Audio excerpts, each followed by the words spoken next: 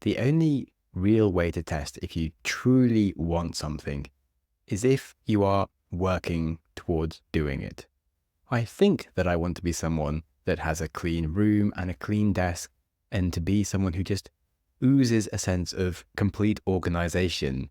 And yet I find myself in a rush, and I'll just leave something somewhere, and slowly these somethings that I leave around build up, and I quickly surprise myself with a mess that appears. Well, there are two fundamental types of want that we face in the path to achievement. And these different desires represent the fight between what we want the action of our current self to do and what we want the achievements of our future self to be. And you can summarize them as, what do I want to do now versus what do I want in the future to have done, my achievements. And these two different wants can work against each other quite a lot to cause failure and frustration. But the good news is that if we want to find success in life, we need to learn how to harmonize these two different desires to make them the same thing, because then you're desiring the things that you're actually going to do, and you thus do them and succeed. Sounds very simplistic, but it is actually what you need to sort out if you're ever going to do things. And in life, we can often put lots of pressure on ourselves and have lots of different wants that we want to achieve without putting the time into understanding if we genuinely actually desire to do the thing with our time in the here and now. Maybe some people want to eat healthy and lose weight. Others want to go to bed early or learn a language, maybe start a business and get rich or marry a movie star. And it's fine to dream about stuff, of course, but it's good to know if we are actually going to act in line with these desires that we have, or if they're just fantasies that we're never going to achieve if we don't make a big change in our lifestyle. A desire is just a contract with yourself to be unhappy until you achieve the desire. So if you have a bunch of desires that you aren't going to achieve, that's just a recipe to be unhappy for a very long time, which no one really wants, because you're just unhappy and you're never going to achieve any of all these different things that you're wanting. Each different goal that we have represents a major time investment, either on a daily basis or taking major time out, like a 3-month project, or perhaps years of our life to achieve, like starting a business that actually makes you money. Regardless, there is daily work to be done in your moments of now, and they have to be something that you're able to prioritize to make them happen.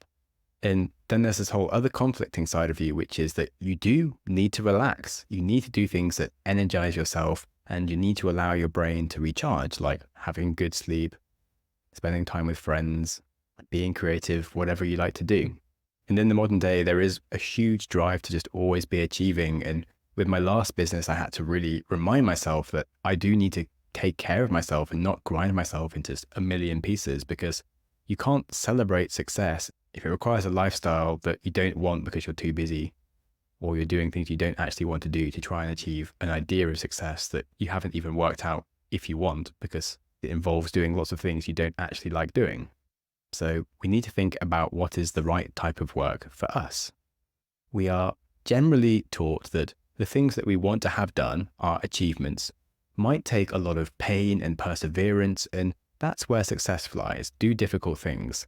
Well, yes, you do have to do some difficult things, but sometimes the things that you do like doing, the things you want to do, aren't always junk ideas that are just bad for you. And so I think it's worth looking into some of the science behind motivation and action to dig into this. If you look into the psychology of action, you'll find there are two levers that we need to work on that can result in completing an action. There's basically a formula that whether we do an action or not is dependent on the motivation we have to do it and how easy it is to do. So motivation times ease of doing it will result in whether we take the action. And each of them can be a different threshold. If it's really easy to do, we don't need that much motivation. If we super want to do it, even if it's really hard, we'll still get it done. And if it's really easy to do and we have lots of motivation, then it'll be done instantly. And how this conveys into simple logic in action is the absolutely perfect diet that will make you live as long as possible with the maximum health is probably too hard to maintain and ends in failure. Whereas an imperfect diet that has a few flaws isn't like 100% everything your doctor will say, but you are able to stick to it week in, week out, and does not fail, the imperfect diet is better than the perfect diet that is too hard to bother doing. So often we find that just by taking it easier on ourselves, we can actually become a lot more successful in the long run. And we do need to get in touch with just who we are and how we operate and investigate the reality of who we are day to day. And then we can find how to bring energy and enthusiasm to our work day in, day out, and have that motivation because we don't feel like we're going to end in failure. And once you've found something that you can perform consistently at, then that's where you reap the benefits of the compound effect because you can do it for years. Like a perfect diet that you keep for 1 week is going to do nothing for your life. An imperfect diet that is still better than nothing that you do for the rest of your life will really change your life and your health outcomes. So, of course, here I'm not saying don't bother, relax, and just do completely easy stuff. Whatever it is in life, you do need to find some challenges that excite you and perhaps look for the things that are easier, relatively speaking, for you. And to do that, you need to try different things out. Like I've probably talked about diets too much at this point, but I've tried most diets just for the curiosity to see what I like about it or not. And I just enjoy the process of trying things. And then after I've done the diet for a month or whatever it is, I return to my normal habits, but I might have picked up something new in the process, learned some different sorts of recipes, and just added an awareness of my own body and eating habits that I can take forwards. And we should really try to be like that with lots of other stuff around our challenges, just to find what styles of working work for us, what styles of exercise we find fun, who are the right kinds of people we want to hang out with. Some people haven't made that many friends because they've never tried to find the people that are the right people for them. And honestly, at university, I didn't have that many friends because I was kind of bored of getting drunk and just didn't hang out with people that much and was just running a business. It wasn't until after I finished university and started helping other entrepreneurs run their businesses where I was like, oh my God, there's lots of nuts people like me that just make loads of connections and want to do something useful for the world, as opposed to people that just party all the time. And suddenly I had lots of friends, but I spent 3 years with basically none. And I do find it really annoying how much advice there is to be specifically doing one thing when everyone's so unique and you really have to find what suits you. Like if you want to write a book, there are several ways to do it. Maybe 30 minutes every day when you wake up, perhaps a 4-hour session every Sunday afternoon. Perhaps maybe you need to go to a cabin in the woods for a whole month and shut off the world. Or you could answer 2 Quora posts a day on a specific subject until you've written a book worth of different ideas. Or I have a friend that runs a newsletter and he's just using that newsletter week in, week out to flesh out all the different ideas of his first draft.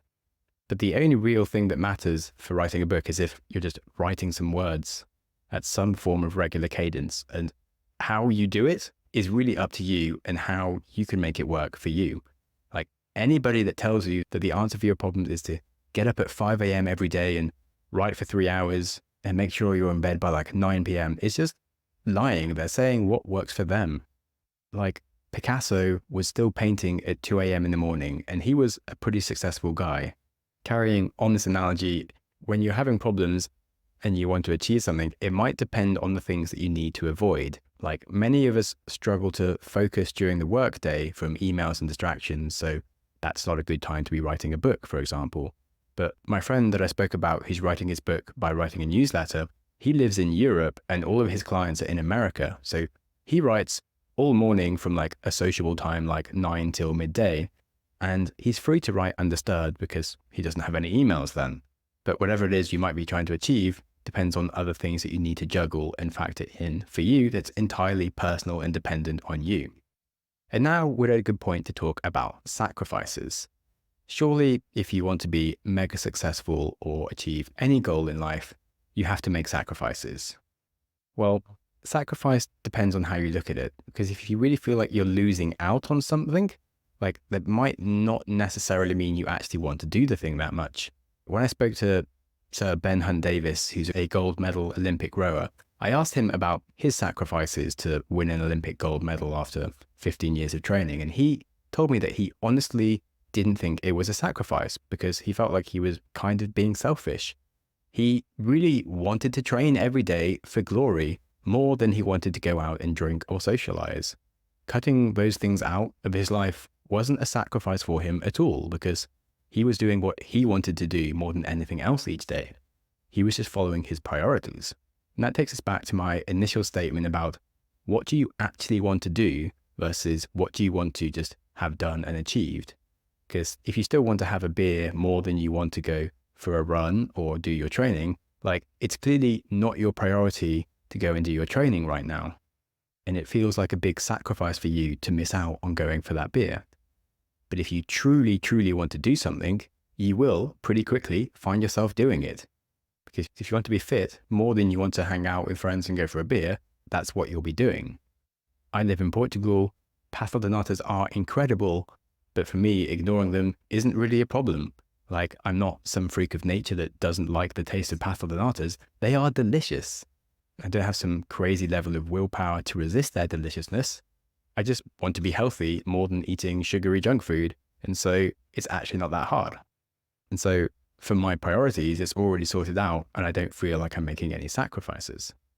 And so back to the making it easier or motivation, like, you really have to, it's not so much that you have to pump yourself up to motivate yourself of like, yeah, I'm going to try hard. It's more that you have to really want it. And that's the motivating factor, not the I am hardcore and I can suffer difficulties.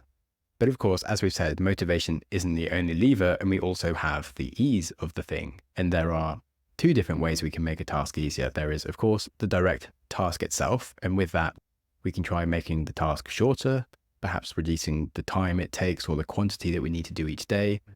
Like, I know some podcasters that are trying to publish once a week a 40-minute episode, and you're like, hey, do a 20-minute episode and you'll actually get it out each week, as opposed to this 40-minute episode that you only do once a month. Or don't start running 10 kilometers and never do it when you could start by just running 500 meters every day, super easy, and build up over time. Another thing is just the complexity of the task and break it into different steps. Like, you want to be a YouTube star, but it doesn't happen overnight. You need to work on your brand. You need to work on different elements of all of the different things that you do, like how you talk, how you make videos, how you do thumbnails, how you do titles, what your topic even is, etc. And just do small bits about it. Another way to make tasks easier is to just make them more fun. Add some gamification, add some prizes, do it with friends, like going to the gym with someone else that you know makes it easier. Or if you can watch some TV whilst being on an exercise bike, it goes pretty fast. And whatever it is that you are trying to do, you can probably find some ways to make it more fun or easier that will really help you. And besides doing that, there's just the other side of your life, which is giving yourself more energy for it. That means doing things like sleeping better, eating better, giving yourself more time off, and of course, reducing the number of other goals that you are working on and things that conflict with your bigger desire. Because if I'm trying to do 20 different things at once, I don't do any of them very well.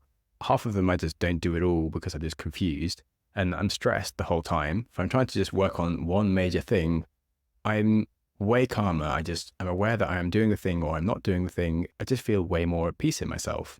And when we have too many desires, we want to be all these different things. We feel like we have to be on LinkedIn to keep our business presence up, whilst also turning up to every meeting and answering emails on time. And it's just too much. Like, prioritize the things that are important and actually cut out the things that aren't important. And it will give your brain space to actually work on the things that you need to work on with more ease and more motivation. And I think this is one of the most important parts of productivity that people don't talk about. And it's like the opposite of what you hear. And that's to make our task more easy and motivating. We really need the time to enjoy ourselves and recharge. Whereas most people look at productivity as, how can I add more things in? How can I make the most of my time? How can I be on? And it's like, maybe to get the most out of yourself, you need to do less and chill out. And in fact, what you need to work on is narrowing the gap between all of these things you want to have done and achieved and all the things that you actually are really going to want to do on a day-to-day level, and keeping that something that you can enjoy. And when you can make all those things you want to have done much less, and so they actually meet the things that you want to be doing at a day-to-day level, that's when you're actually enjoying your life and you're in flow and you're content where you're actually at. And I think society just shows us way too many ultra successful people on one domain like money, but they're not that happy because they're working like crazy to be where they're at and then sustain the lifestyle of looking like someone with money. But the truth is, you don't need to make that much money to be really happy if you can just go and do stuff you like and relax a lot of the time. And you are much more likely to achieve your definition of success for you if it's something that you can stick to and do day in, day out, than if you just have a definition of success that just keeps on getting bigger and you have more and more wants and things that you want to have done with yourself. Now, as I said, desire is a contract with ourselves to be unhappy until we achieve the thing we want. So setting lots of goals is a dangerous business for your mental health. We do need to be ambitious and lean into trying lots of things and have a bit of a risky attitude and not worry about failure. But we need to be pragmatic and review what our real desires are and work out what are the things that perhaps need to be cut out of our life and what are the desires that need to be cut out of our life because they're actually just lying around, getting in the way of the things that are actually important for us and otherwise just making us unhappy and feeling unsuccessful when we aren't. And you can see some of my recent episodes on life dysmorphia and social pressure personality disorder for some of the stupid stuff that having desires that aren't helpful for you will cause in your life. Now, I hope that this episode has given you a nudge into just aligning your desires with the actions you're going to take in life. And if you're feeling like you're having some ideas but could work on them further, in the show description, there is a link to a set of journal prompts that will help you align your desires with your actual habits that you will do and then achieve the important things for you in your life and let go of the unimportant things. And I would really recommend having a look and just digging into it if anything I spoke about resonated with you. And good luck to you on that. If you know somebody in your life who talks about lots of things that they want to do, but clearly just wants to have done those things without doing the difficult part of doing it, please send them this episode to help them stop annoying themselves and possibly you with all of their crap talk. And if you want to meet me and chat about any of your own goals personally and or your desires, I'd be happy to work through your conundrums with you if you book a free call with me on Wednesday afternoon slots, whilst I am open to meeting any of my listeners and talk to them for free. And honestly, doing me a favor because getting to know you is a treat and really helpful for me working on shaping the podcast going forwards. Other useful things that you can do for me are sticking a sizzling hot review in an app of choice anywhere, or filling in a super short questionnaire on topics you would like me to discuss on the show. Remember that life is too short to want things that you are never going to actually do, so get yourself into alignment, work through the worksheet I mentioned in the podcast description, and don't forget to be kind to yourself. Climb a tree this summer, you will not regret it, and send me a photo if you do. And remember to always smile at strangers, however weird they actually look.